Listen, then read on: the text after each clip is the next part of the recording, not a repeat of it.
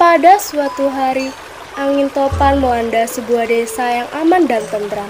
Semua rumah hancur lebur, pohon-pohon beterbangan.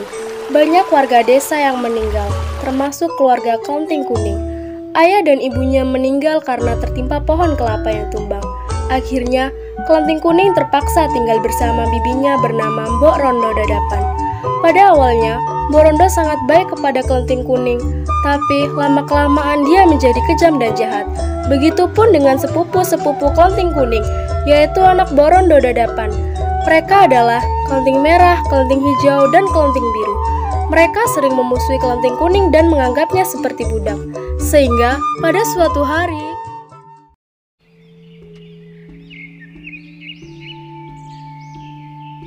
aduh, panas sekali sih.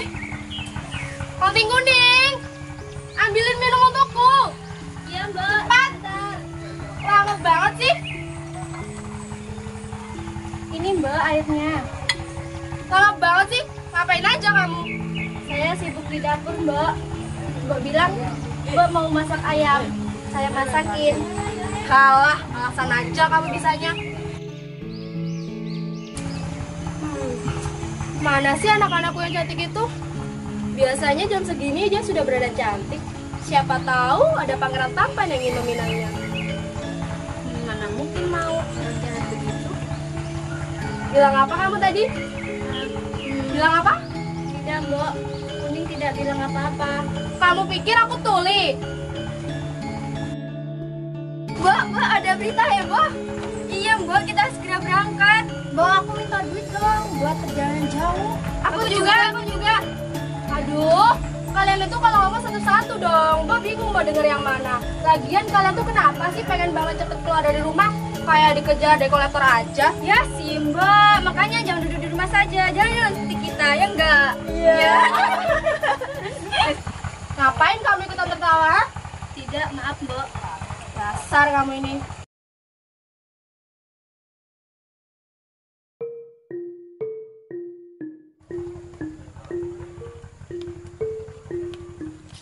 Undangan dari kerajaan.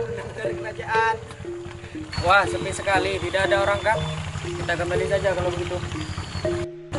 Siapa kalian?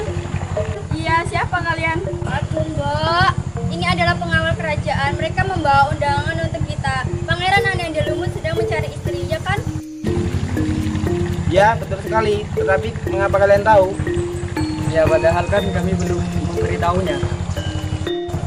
Itu karena kita serba tahu, jadi begitulah. Walah, putri-putri yang cantik ini bisa aja. Pastikan kalian untuk datang ya. Saya yakin salah satu di antara kalian pasti bisa mencuri hati Pangeran Ananda Lumut.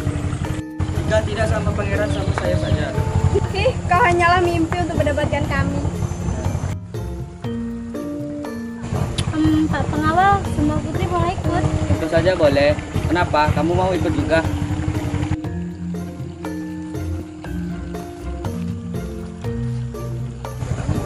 Tidak, kamu tidak boleh ikut. Kamu harus bersih-bersih rumah, memasak, mencuci. Pokoknya kamu nggak boleh ikut ke kerajaan.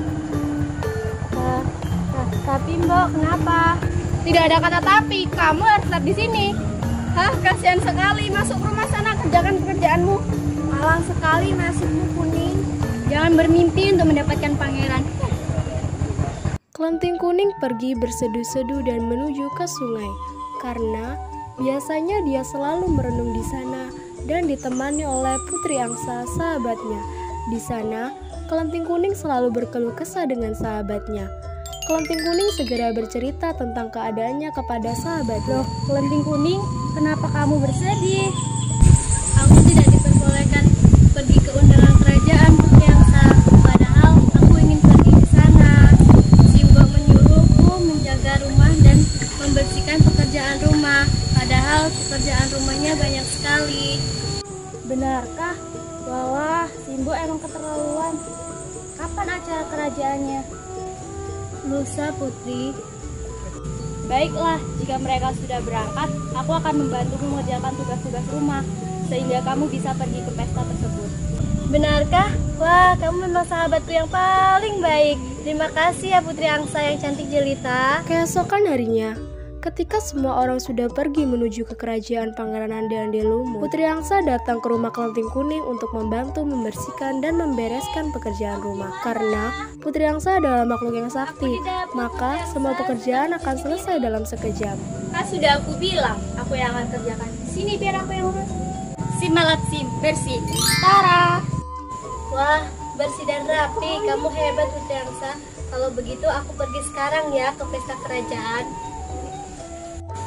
Tunggu, jangan pergi dulu. Obat ini akan membuat Yuyu Kakang pingsan sehingga dia tidak bisa merayumu untuk menjadi pengikutnya. Tapi kamu harus memberikannya setelah dia menyeberangkanmu. Mengerti? Mengerti, Putri. Setelah menempuh perjalanan yang cukup jauh, akhirnya para kelenting pun sampai juga di sebuah sungai yang sangat lebar. Mereka kebingungan ketika mau menyeberang. Sampai pada akhirnya mereka dikagetkan oleh sesosok makhluk aneh. Putri-putri yang cantik, kalian mau kemana? Siapa kamu? Aku si Yuyu Kangkang. Pekerjaanku menyeberangkan orang yang mau ke sana. Wah, kebetulan sekali. Kami mau nyebrang ke sana, Yuyu Kangkang. Ya, kami diundang untuk datang ke acara Pangeran Ande-Ande Lumut di kerajaan seberang. Weleh, baiklah. Kalian akan kuseberangkan, tapi ada imbalannya. Apa syaratnya Yuyu Kangkang? Kalian harus mau jadi pengikutku. Kalau tidak mau, kalian menyeberang saja sendiri. Usaha sendiri. Kalau harus jadi pengikutmu, apa yang harus kita lakukan? Aku akan membubuhkan tanda hitam di dahi kalian. Jadi hanya itu? Udah sekali. Ayolah putri-putriku, kita menyeberang saja. Baik, Mbok. Ayo, pegang aku.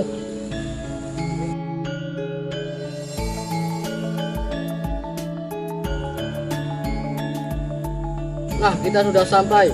Sesuai perjanjian, aku akan menandai dahi kalian.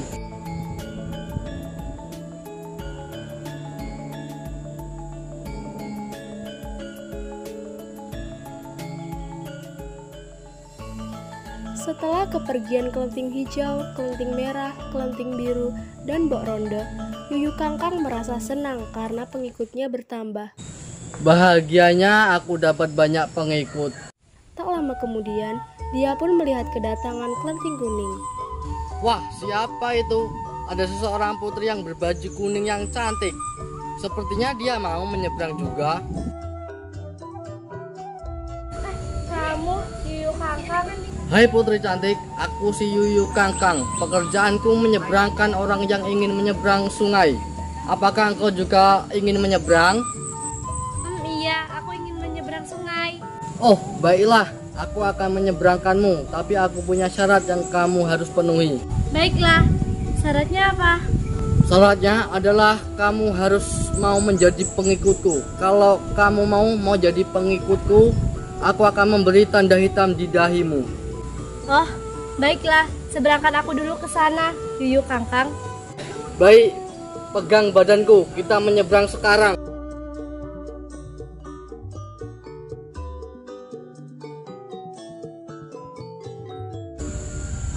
Kita sudah sampai. Dan sesuai kesepakatan, aku akan membubuhkan tanda hitam di dahimu. Tunggu dulu Yuyu. Sebelum kamu memberi tanda hitam di dahiku, aku akan memberimu sesuatu. Apakah itu gerangan? Ini permen ajaib. Permen ini akan membuatmu menjadi lebih tampan dari Pangeran Ande-Ande Lumut. Wah, aku mau. Asik. Terima kasih ya. Sama-sama Yuyu Kangkang. Enaknya. Kok aku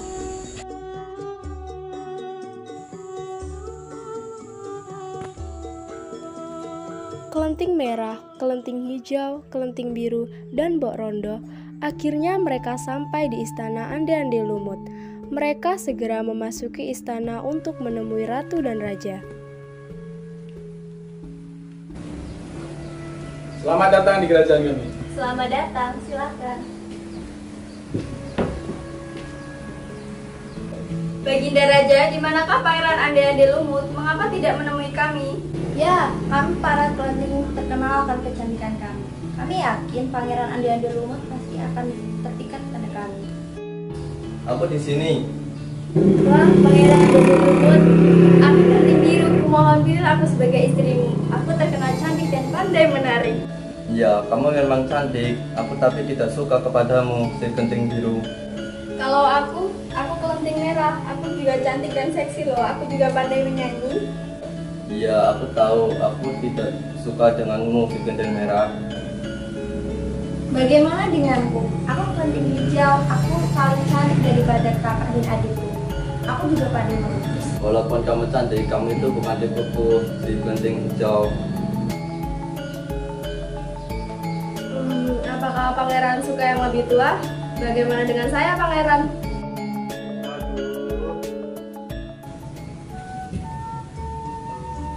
Permisi, apakah saya boleh bertemu dengan Pangeran Dandalumut? Suasana jadi kacau kalau kamu datang, Kuning. Pulang saja kamu tidak pantas berdiri di sini. Tunggu dulu. Nama kamu tadi siapa? Saya Kelenting Kuning. Ayahanda, ibunda, putri Genting Kuning. Dia menarik, dia cantik, dan yang penting dia tidak memiliki tanda hitam di dahinya. Ya, benar juga. Semua penting mempunyai tanda hitam di dahinya, kecuali Genting Kuning. Ada apa dengan tanda hitam di dahi? Kalau dia memiliki tanda hitam di dahinya, berarti dia pengikut Yuyu Kangkang. Karena hanya Genting Kuning yang tidak memiliki tanda hitam di dahinya, aku memilih si Genting Kuning. Dia pun paling menawan di sini. Aku memilihmu si Genting Kuning. Tunggu dulu, memangnya kenapa dengan tanda hitam ini? Oh, ini cuma tanda biasa. Kalau kita hanya pengikut dari Yuyu Kangkang. Benar, Baginda, ini bukanlah hal yang besar, bukan? Tentu saja itu akan menjadi persoalan. Karena berita yang gue dengar, Yuyu Kangkang suka sekali menandai calon istrinya dengan tanda hitam di dahinya. Ya benar, berarti kalian adalah calon istri dari Yuyu Kangkang. Apa? Mana calon istriku? Ayo ikut aku ke rumah.